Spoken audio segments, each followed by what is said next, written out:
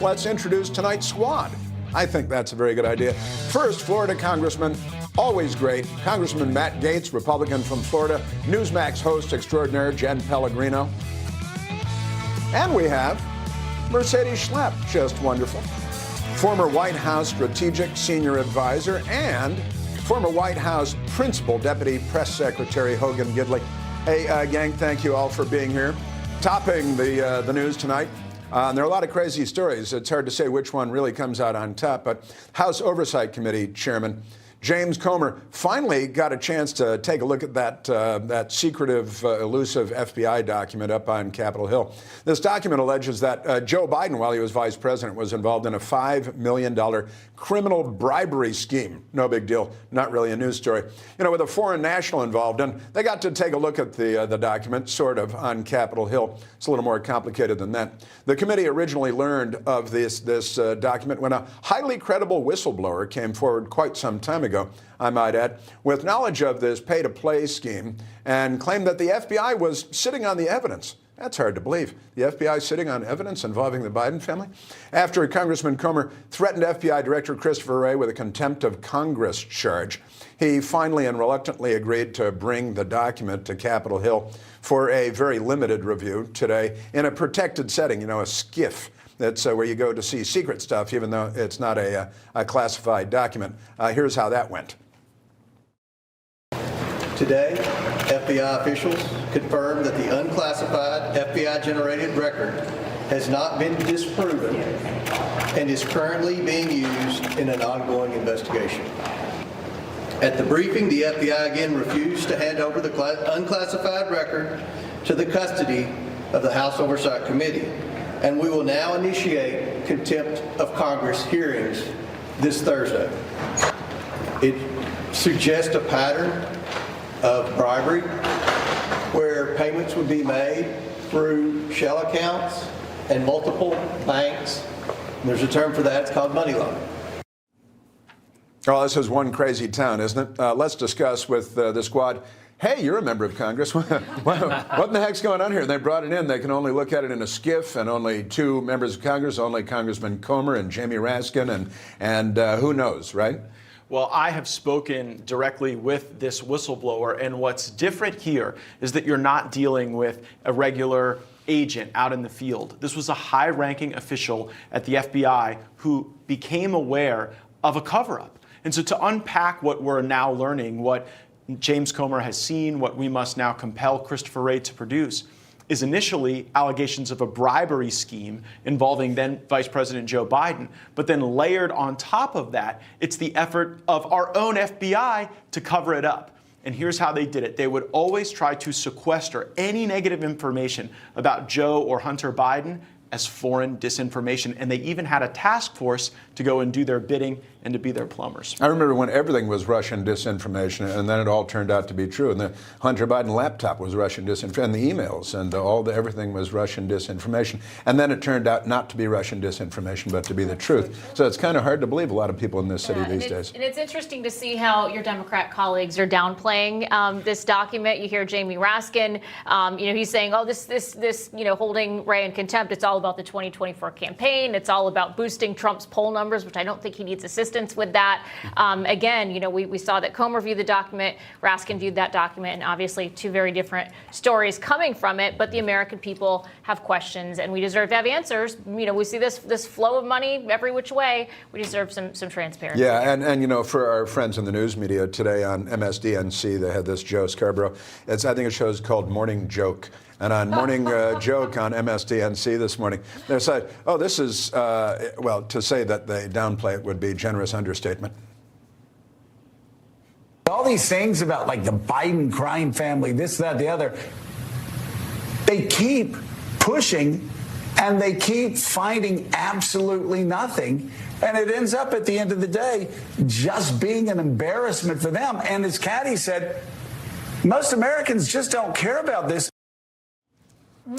Mercy, Americans just don't care. They keep finding nothing. Yeah, they must have not seen Hunter's laptop for crying out loud. That, as we know, not only were the Democrats, the Biden campaign, but also big tech involved in censoring any news stories on the Hunter Biden laptop. And the FBI. Right before a presidential election, and the FBI. And so this just shows that they've got to be nervous. They know that Hunter Biden is a big problem for this administration. They're trying to make this into a political scheme where it's Republican-led. But let me tell you something.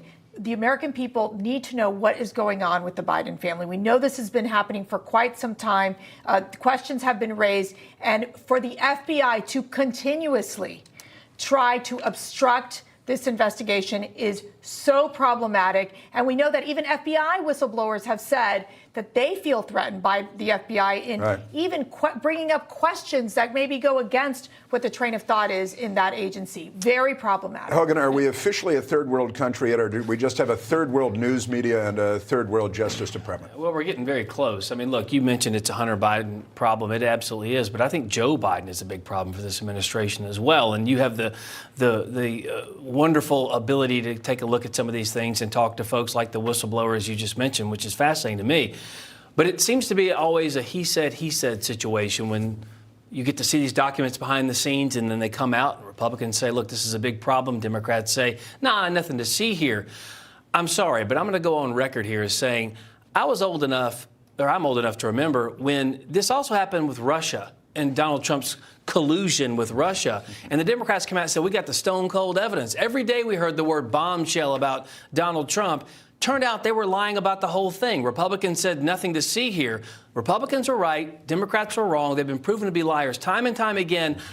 I think I'm going to take the side of the Republican on this one until they prove me otherwise. And now we know with the three-letter agencies, the FBI, the CIA, and so many others, big tech and the federal government, working to basically suppress, to censor, to silence Republican voices. What they do to us, we only thought we knew it, kind of, behind the scenes. We kind of guessed at it. Now we know it's absolutely true, 100%. The American people deserve to see this. If there's one thing the left hates, it's transparency. Well, they don't want you to see behind the curtain. And it's been out there for a long time. We got Tony Bobulinski, and he's been on the record. We've got it all in print. We've got the laptop and the emails, which they told us the Russians were spreading around. And since you talk about the double standard, Congressman Jamie Raskin, the ranking Democrat, actually went into the SCIF, the secret facility, with Congressman Comer today to review this FBI document in whatever state it was provided. And then he naturally went on CNN. Well, he went on CNN this weekend to claim, these Republicans, these darn Republicans, CNN and Congressman Raskin. They keep changing the demand in order to find some reason to find fault with FBI Director Wray, which is why I say what they're really going after is a contempt citation against him. And it's all part of what Chairman Comer admitted was an effort to get Donald Trump's poll numbers up. Yeah. It's all about the 2024 campaign. But they don't keep changing the terms, do they? It's the FBI keeps changing the terms. The news media forget about it. But this is legitimate congressional oversight. That's right. And by the way, every Republican who voted to underwrite all this debt that continues to fund this weaponized government owns this. And they still own this. And I'm glad Speaker McCarthy is bringing forward this contempt citation. But it's not just the power of the subpoena and the power of contempt. It is the power of the purse. And we have to use that a great deal more effectively. There's another interesting comparison with the Russia hoax, and it's how the sourcing was used. Remember, in the Russia hoax, you had Christopher Steele, this totally unreliable source that the FBI knew to be a liar.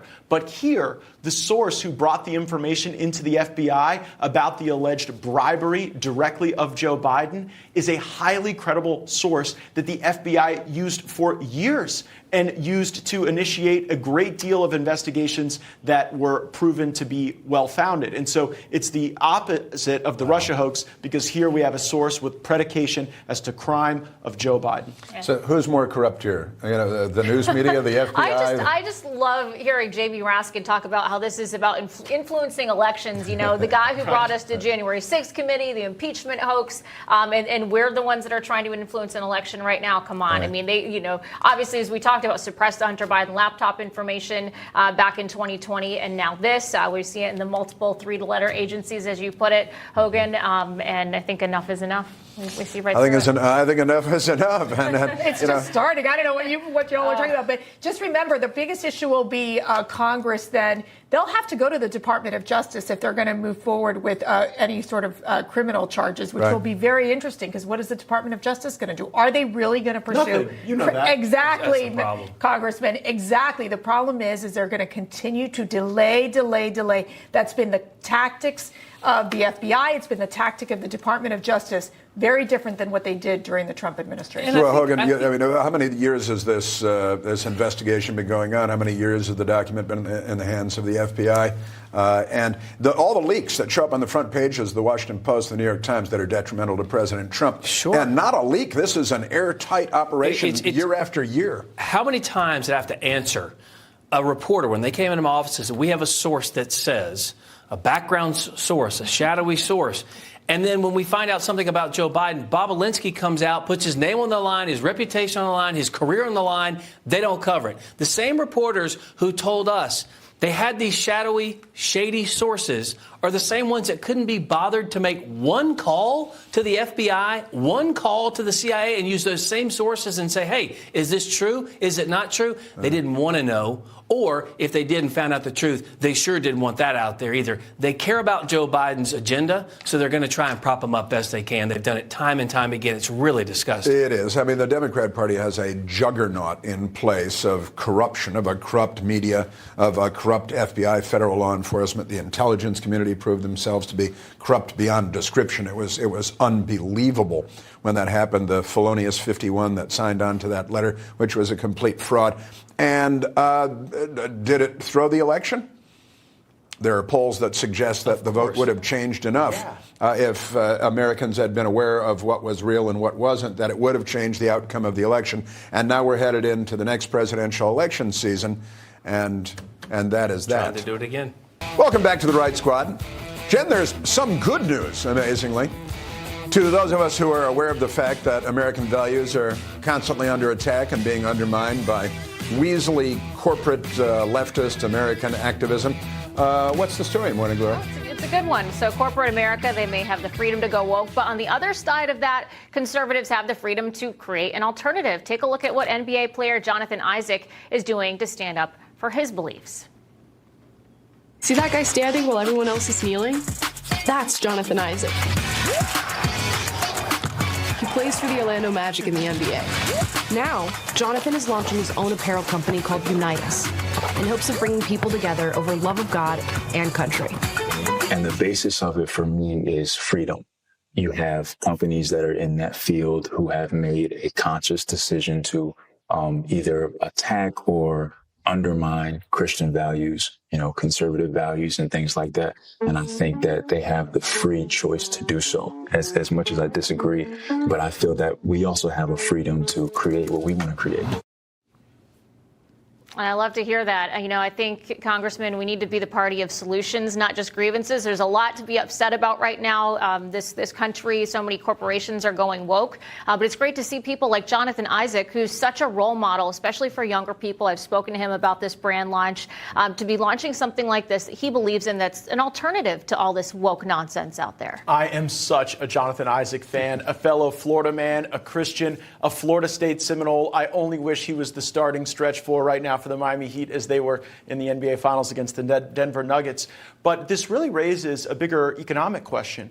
Are we headed to the era of parallel economies where Christians, where people of faith, conservatives, no longer feel welcome with America's largest brands? And does that create opportunity for entrepreneurs to go and meet that great need of our fellow Americans? If there's anyone with the vision and passion to do it, it's Jonathan Isaac. He's also got a great book that I highly endorse about his faith and his journey in professional athletics.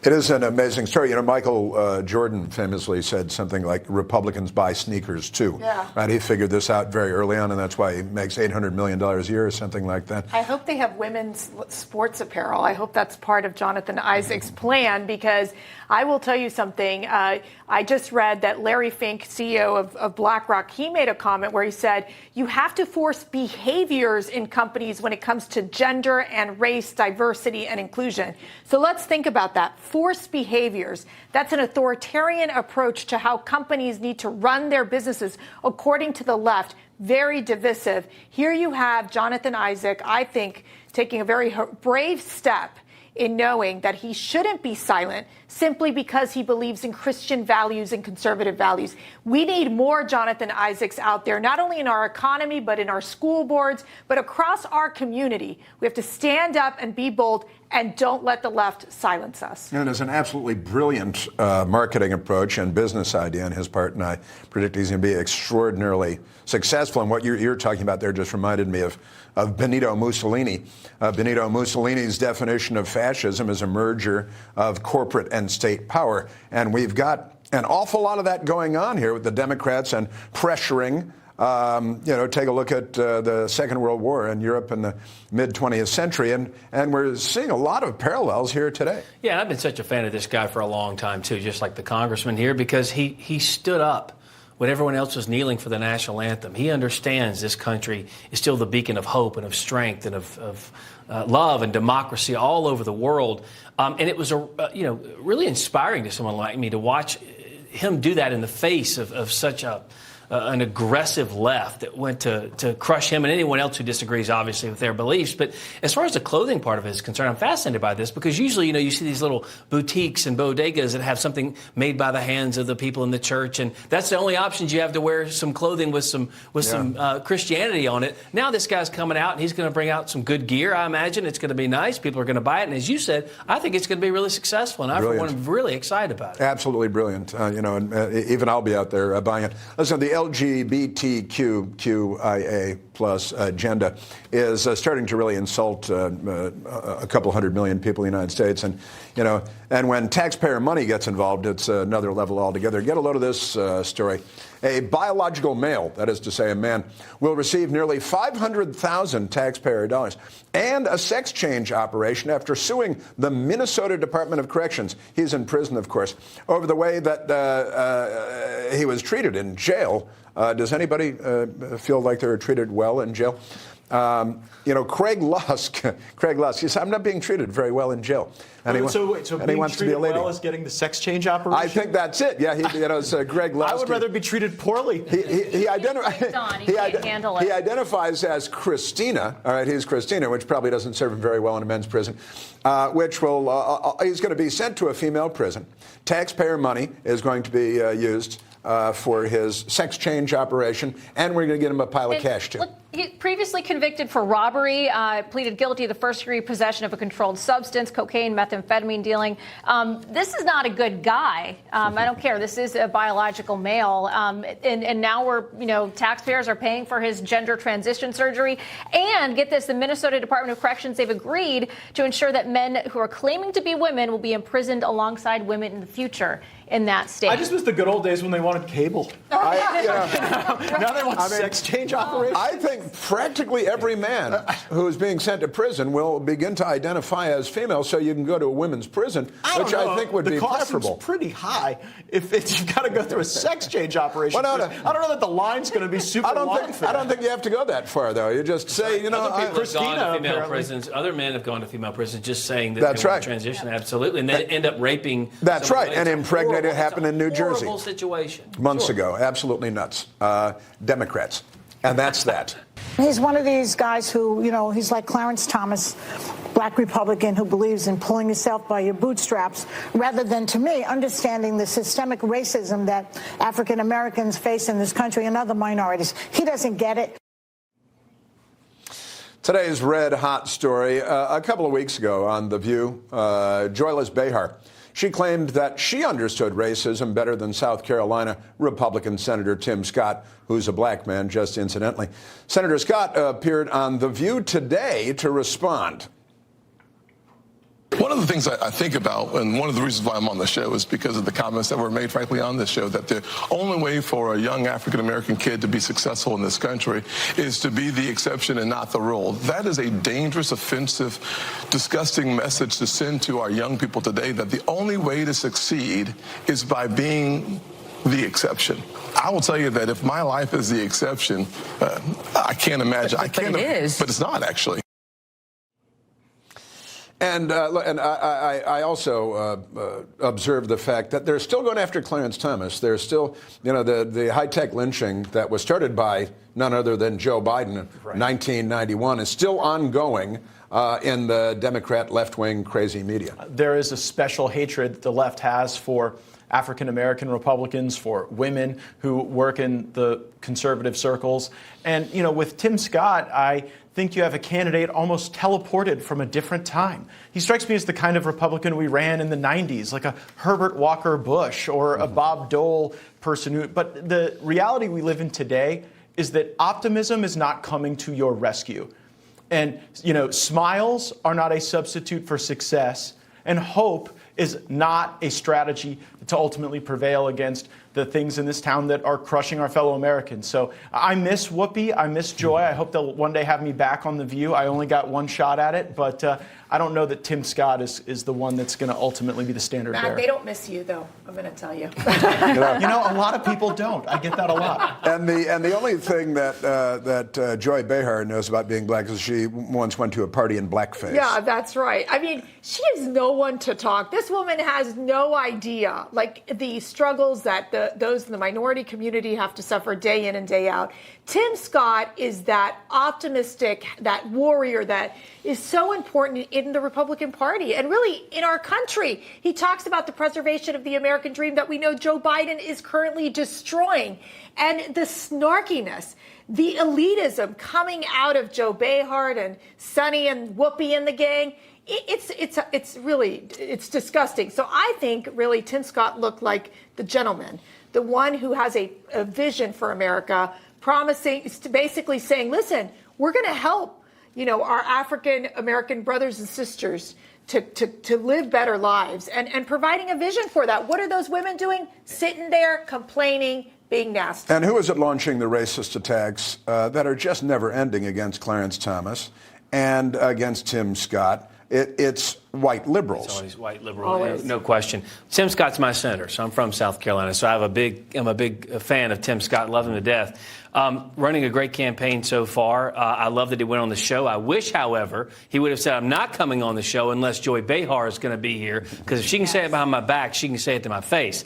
However, Tim Scott's story is so uplifting about this country and the struggles he faced. I was a product of a single mother, just like Tim Scott. He talks about his family going in a generation from cotton to Congress. It's such an uplifting message. It really is kind of what America is at her core. And the fact that these liberal women sit on this show and try and mock and denigrate any of the people on the women or African Americans who don't comport with what they think that you should believe is disgusting on its face, and I love the fact that Tim Scott went on that show and gave it right back to him and said, you don't have any idea. Act watching that today, and if you watch the whole interview, there was one part where they sent out a producer to tell him, we have to wrap, we have to go to commercial right now, and he's trying to make a point. I mean, these women just so disrespectful. Kudos to the senator for actually going on, and for you, Congressman, you've been on that program as well, for going out there. He talked about, they say the only way to succeed is by being the exception. He talks about, well, wait a minute, we've had a black president, current black vice president. He goes to talk about South Carolina and the individuals there, the state officials, police chief, head of highway patrol, and she, Sonny continues to call them the exception. It's just so obnoxious the way they treated him, but really impressed by that interview today. They continue to be the party of Jim Crow, as they always were. And honestly, the attacks, if you're an African American, if you're concerned, it's about, keeping them on the plantation, the black voters on the plantation. It's disgraceful. They should be called out on it at all times. And this is just one more example in a long list. And by the way, they cut him off every time he, so to speak, and they went to commercial every time. But that's what they do. And that's that. Well, it's still, of course, very, very early in the election cycle, but endorsements are already rolling in and rolling out. They're coming out left and right, aren't they? Twitter's co-founder, remember this guy, Jack Dorsey, the Rasputin of social media? He's getting a little attention with his pick. Jack Dorsey has come out in favor of Robert F. Kennedy Jr. for president of the United States. And Jack Dorsey is predicting he'll win, even without Jack Dorsey owning Twitter. Isn't that amazing? The endorsement comes also just as the former great college swimmer Riley Gaines announced who she's supporting in 2024. She announced on Newsmax last week. Listen. Who are you going to support for president in 2024? I'm so excited to announce that I am officially endorsing Governor DeSantis as president. Well, that may help a lot with the heterosexual women athlete vote, which is going to be very important next year, as I understand it. So, do political endorsements really make a difference? We're asking the question, and new data finds, interestingly enough, over the last decade or so, almost every group of voters under 50 has moved to the right, coming to their senses, according to information from the Roper Center and the New York Times, no less.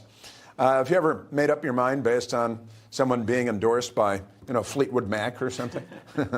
Well, Simon and Garfunkel, they were for Bernie, I think, and that wasn't enough to put him over. So if that can't get you there, I don't know what will. I think you correctly outlined in your remarks that these endorsements largely don't drive huge groups of voters. I think people trust themselves to make their own decision about the candidates. The real question for RFK Jr. is he going to get on the debate stage with his newly minted Jack Dorsey endorsement? And, Biden doesn't want to debate. Trump doesn't want to debate. I think they should both debate. How is it that we have found the two men in America over the age of 75 who don't want to tell stories? I can't believe it. Yeah, that's true.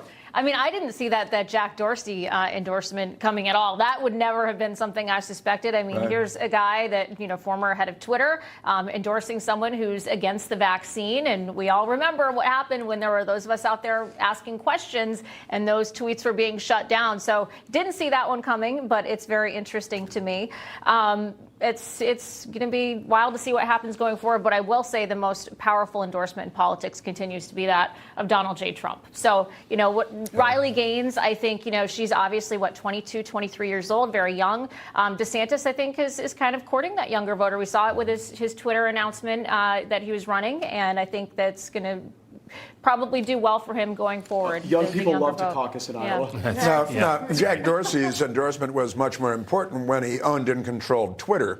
Right. I almost had to ask myself, who's Jack Dorsey again? Right. And I was thinking, was he doing meditation during the time that he decided to pick Robert F. Kennedy Jr.? But look, Jack Dorsey's endorsement definitely will not matter. I do think it raises the question of what does this mean for Robert F. Kennedy? If he starts getting more endorsements, and then you start seeing infighting between the Democrats, which would be interesting to see if that happens because they are trying to rally behind Biden. With that being said, I think individual endorsements really do not have an impact. When you look at Jeb Bush back in 2015, he had 30 major endorsements. Donald Trump had 0.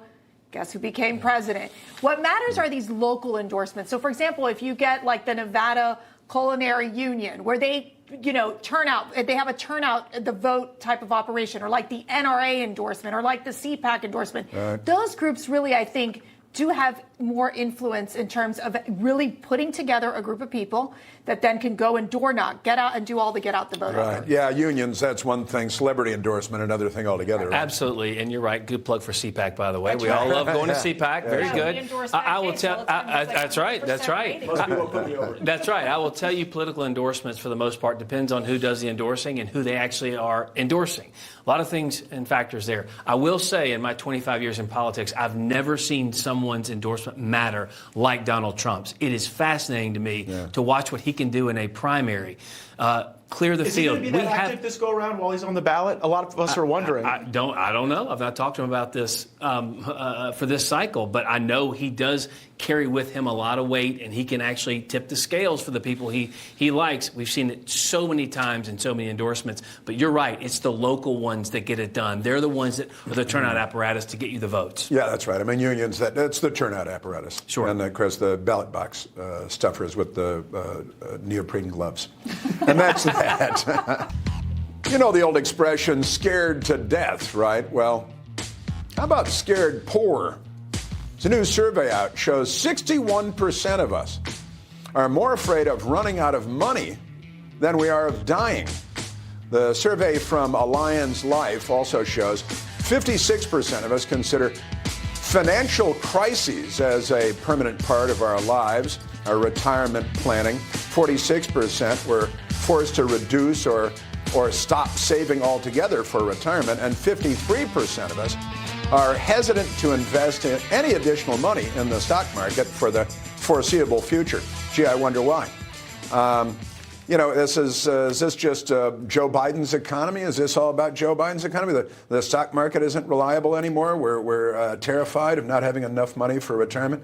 Part of it. I mean, look, Joe Biden is to blame for all of these things. He looks around and acts like they're happening to him. They're all happening because of him. The American people are scared to death. Is that a pun or a joke or something? Because of it. It's like that poll that showed people were more afraid about public speaking than dying. So it'd be like they had no problem dying, but they didn't want to speak at their own funeral type thing. So obviously people are concerned and they're afraid. The poll just amplifies exactly what we already know, which is Joe Biden's policies are a disaster. We're all taking it in the teeth.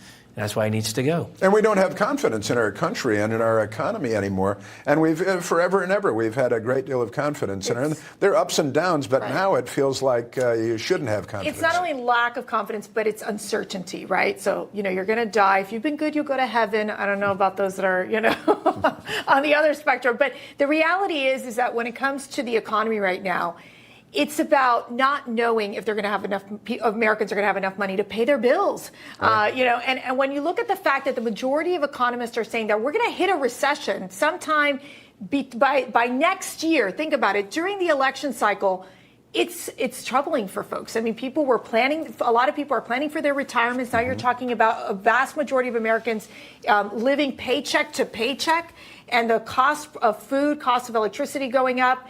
It's scary. It's a scary time. It's impacting older Americans, I think, more than anybody right now. And that's what's awful. I think the younger generations will hopefully have, time to build up their wealth and bounce back from all this. But it's the older Americans. I mean, I was looking at a survey from CNBC, and half of the respondents in that survey over the age of 55, they've spent their emergency savings over the last year, trying to make ends meet. They're going into credit card debt right now.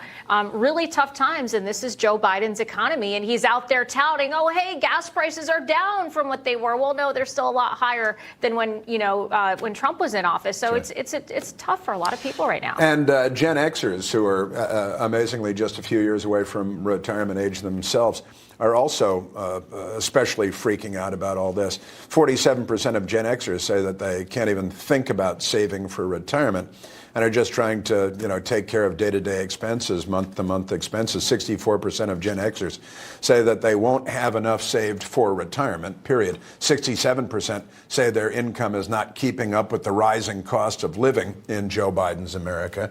And no one wants to buy their CD collections anymore. The Gen Xers that got all the great, music, no one even wants that. So that major investment that was made, unlikely to issue a return.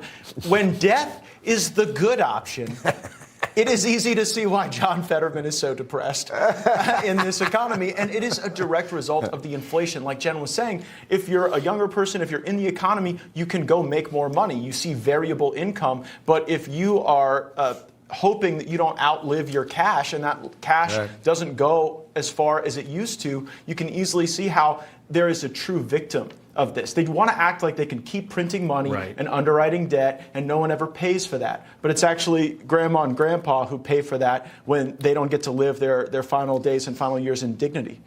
Well, and I mentioned that Senator Sheldon White's Only Club was on television with the Reverend Al Sharpton yesterday, and he's already setting the stage, and they have this in the works, to blame the Republicans for the bad economy, because they're going to blame the Republicans for this debt ceiling bill, which Joe Biden signed and the Democrats in the Senate passed enthusiastically, and more Democrats in the House voted for it than Republicans in the House. But their plan is already to blame the Republicans for the bad economy and for the recession that will inevitably come. That's what they're setting the stage for now, and that's that. Another fake news champion is out. Chuck Todd, commonly known as Washington as Chunk. He's out as the host of NBC's Meet the Press, that Sunday show. Remember when Sunday shows mattered? They announced his departure. He announced his own departure yesterday after 9 years on the show. Amazing. Kristen Welker, NBC News' co-chief White House correspondent, will take his place on Meet the Press on Sunday. Here's some of Chunk's departure announcement. I'll be honest, though, I leave feeling concerned about this moment in history, but reassured by the standards we've set here. We didn't tolerate propagandists, and this network and program never will. But it doesn't mean sticking your head in the sand either. If you ignore reality, you'll miss the big story. I liked it better when it still had the laugh track on there. That was pretty good. Ignore reality, ignore journalism. That's pretty good stuff coming from this guy. If you know someone who's not vaccinated, find a way to convince them to get vaccinated. For those of you spreading misinformation, shame on you. Shame on you. People are needlessly dying. There's a lot of scientific research out there that says gender is a spectrum. I think the biggest problem here is you have the president that doesn't want to accept the conclusion that Russia tried to interfere in the election. That's right. That's some good journalism there, right? I think he's got a great future at CNN. But it's what the government was telling him to say, and then they said it. Get the vaccine, and you won't get the Wuhan Red Death, and you won't give anybody the Wuhan Red Death, and you won't die from the Wuhan Red Death, and everything will be fine.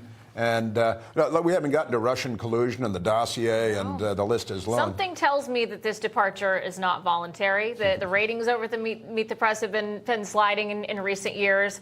But I will say this, Kristen Welker, first female to be at that anchor desk since the show started back in 1947. So that's pretty cool. Got to give credit to a female in that slot.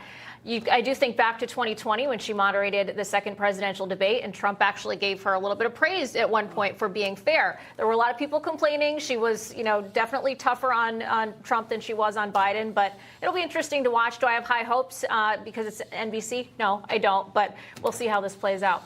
Yeah, a big leap forward for NBC fake news. I hope that Chuck Todd has a great career ahead of him as a vaccine salesman. I look at Kristen Welker more as an advocacy journalist than an actual journalist. She showed that to be the case during her time covering the White House. And really, NBC News became the launching pad for so many of the conspiracy theories that hurt the country. I hope for the best, but expect the worst from that propaganda network. Yeah, that's fair enough, right? The over-the-top self-righteousness coupled with their extreme lack of self-awareness kind of blows my mind. It's not unique to NBC. I mean, it happens at CNN and a lot of others.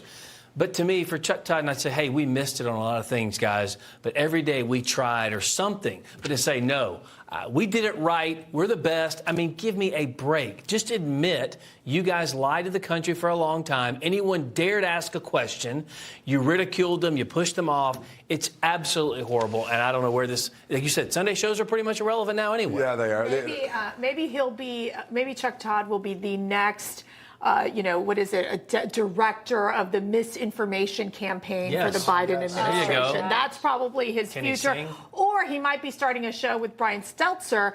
That would be interesting. Chuck and Brian, going at it together since they both lost their jobs, along with Don Lemon. That would be quite a show to watch. That's a panel show. A reality show. Wow. A reality show. That's the View with the male version. That's the male. You got Chunk, you got Uncle Fester, and Don Lemon. The disgruntled former employees. I love it. Wow, that might actually get ratings. Disgruntled. And they could just call it Disgruntled. That's a good name. We're giving him a lot of good advice here. I try. That's good stuff. Yeah, Chuck Todd on the outs. News media is not what it used to be. The Sunday shows are effectively irrelevant, and that's that. Listen, that's it for us tonight. Special thanks to tonight's squad. Another great gathering of great minds. Congressman Matt Gaetz and Jen Pellegrino. Mercedes Schlapp and Hogan Gidley, thank you all for being here.